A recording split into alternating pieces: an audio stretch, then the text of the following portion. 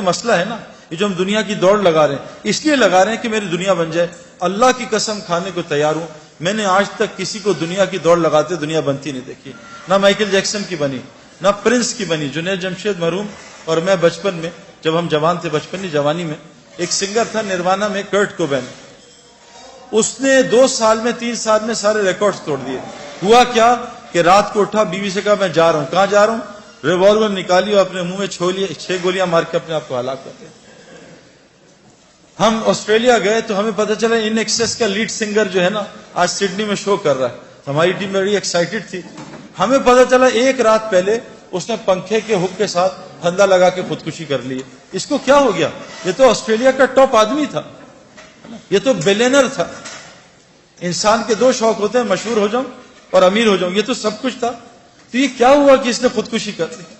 میں آپ کو پرسنل ایکسپیرینس نہیں، پرسنل ریسرچ سے بتا رہا ہوں.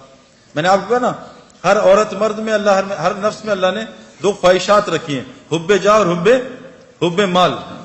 مال کی محبت اور نفس کی محبت.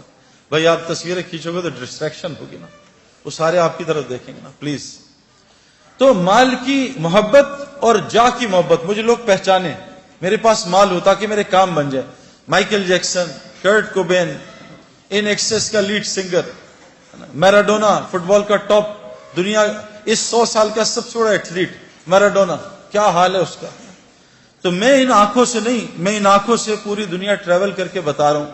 میں US کینیڈا بہت گیا ہوں، میں یورپ بہت گیا ہوں، میں انڈیا، شری لنکا، بنگلہ دیش بہت گیا ہوں، میں آسٹریلیا، نیوزی لینڈ ٹریول کیا ہے، پاکستان پورا ٹریول کیا ہے. آج تک ایک دنیا دار آدمی کو بھی میں نے کامیاب ہوتے نہیں دیکھا، چاہے وہ ڈبل PhD ہے، چاہے وہ بلینر ہے.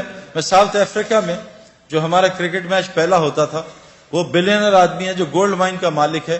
ہمارا پہلا فرینڈلی میچ اس کے گھر میں گراؤنڈ ہے، اس کے گھر کے اندر کرکٹ گراؤنڈ ہے، پورا کرکٹ گراؤنڈ ہے، وہاں ہوتا تھا. میں نے اس کی زندگی دیکھی ہے. میں نے پوری دنیا پھر کے دیکھ لی ہے، ایک آدمی بھی جس لائنوں میں ہم لگیں ایک کو بھی کامیاب نہیں دیکھا. کامیابی کیا ہوتی ہے؟ دل کا سکون. میں نے دل کا سکون کسی کے اندر نہیں دیکھا. کامیابی کیا ہوتی ہے؟ مجھے رات کو نیند آئے. پوری دنیا رات کی نیند سے محروم ہے. جب سونے کا وقت ہے جاگتے ہیں، جب جاگنے کا وقت ہے اس وقت نیند آتی ہے.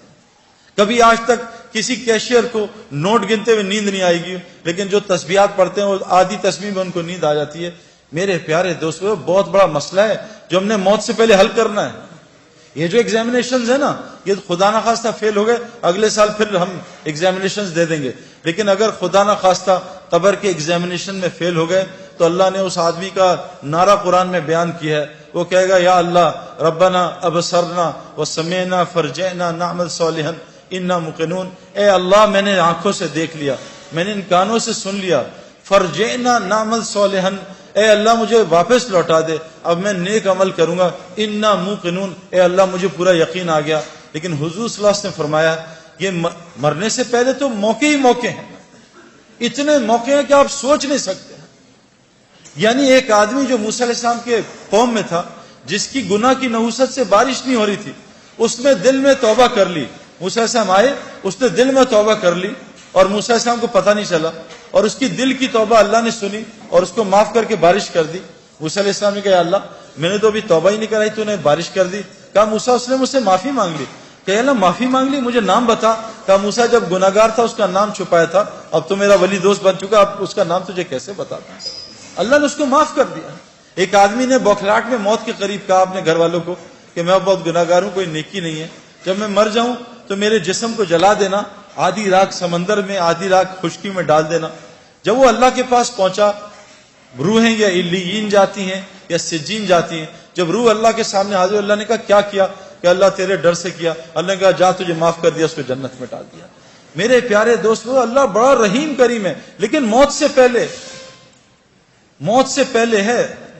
موت کے بعد حضور صلی اللہ علیہ وسلم نے کہا کہ جب دیکھ لے گا، سنے گا اللہ لوٹا دے، تو یہ جب جہنم کو دیکھے گا تو انگوٹھا چبائے گا اور پورا بازو کھا جائے گا، اس کو ہوش نہیں ہوگا. اور کہا اتنا روئے گا یہاں کا ایک آنسو پوری جہنم کی آگ کو بجھا دے. ایک آنسو اللہ کی یاد میں تنہائی میں بیٹھ کے آنسو آ گیا. یہ آنکھ کر قیامت کے دن اللہ کے سامنے روئے گی نہیں، یہ خوش آنکھ ہوگی. یہاں ایک آنسو پوری جہنم کی آگ کو بجھا دے. حضور صلی اللہ علیہ وسلم کا مرنے کے بعد گناہگار اتنا روئے گا کہ اس کے آنسو کی جگہ خون نکل آئے گا, اور اتنا خون نکلے گا تم آرام سے کشتی چلاؤ گے, اللہ اس کے گناہ کو معاف نہیں کریں گے. میرے پیاروں, مرنے سے پہلے ہمیں کامیابی تلاش کرنی ہے. یہ کامیابی ہے کہ ساری دنیا کے لوگ رزق کے لیے تنگ ہیں. رزق موت سے زیادہ انسان کا تعاقب کرتا ہے. اور آج مسلمان جو دنیا کا دلہا ہے کائنات کا, دلہا دلہن کی شادی پہ باراتی کس کی وجہ سے کھانا کھاتے ہیں؟ دلہا دلہن کی وجہ سے. کبھی آپ نے دیکھا ہے کوئی پاگل باراتی جو ہے, دلہا دلہن جو ہے, وہ کونے میں بیٹھ کے رو رہے ہو کہ ہائے اللہ ہمارے کھانے کا کیا ہوگا؟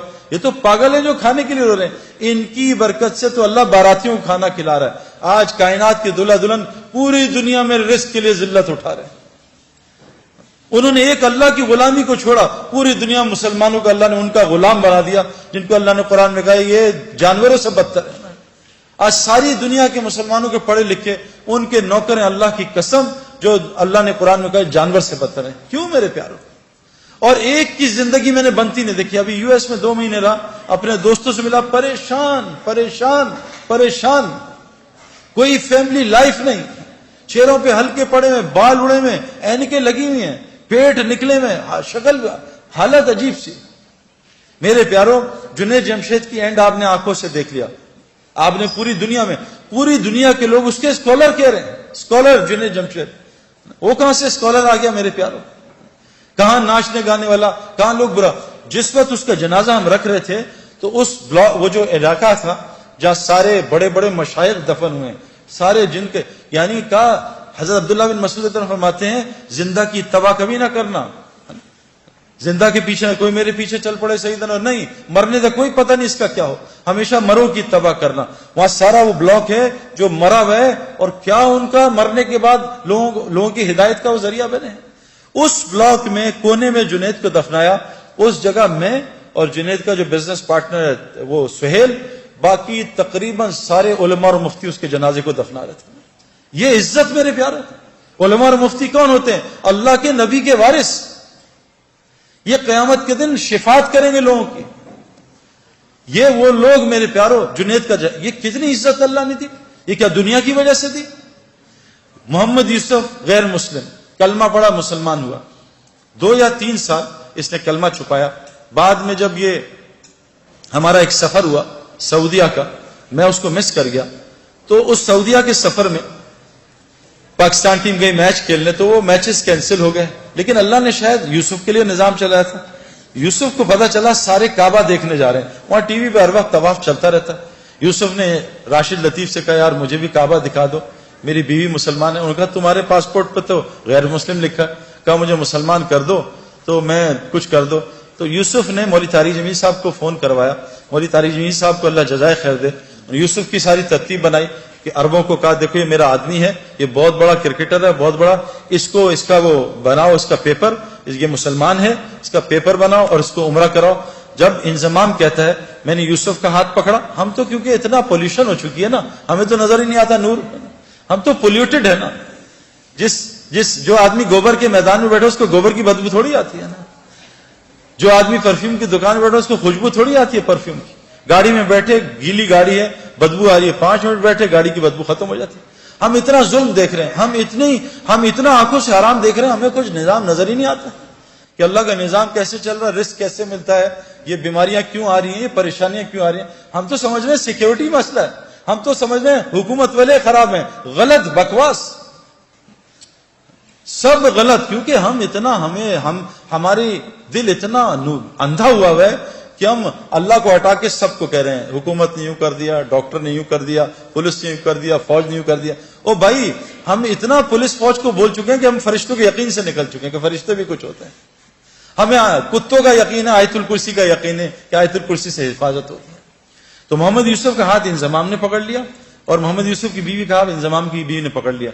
کہا یوسف میں نے خود یہ ایکسپیرینس کیا ہے, مجھے سعید بھائی نے بتایا تھا, اور یہ حدیث میں آتا ہے کہ جو آدمی کعبے کو پہلی دفعہ دیکھے, اور میں قسم کھا کے کہنے کو تیار ہوں, میں نے کعبے کو پہلی دفعہ دیکھ کے جو دعا مانگی تھی وہ اللہ تعالیٰ نے ایسی قبول کی میں آپ کو بتا بھی نہیں سکتا.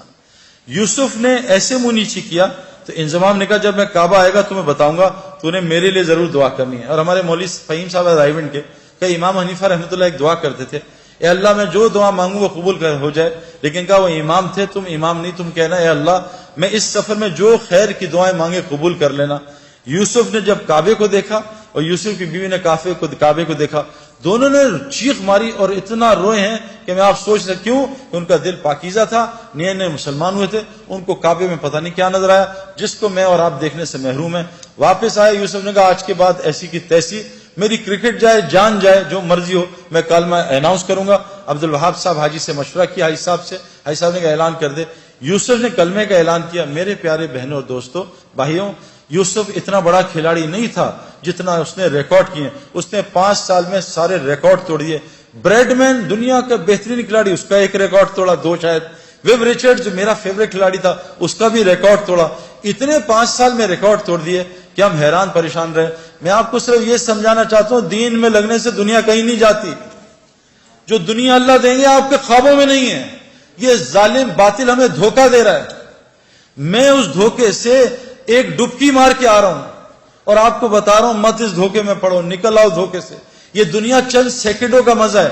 یہ لڑکی پہ نظر پڑی, چند منٹ کا مزہ, اس کے بعد دماغ خراب, دل خراب, پریشانی,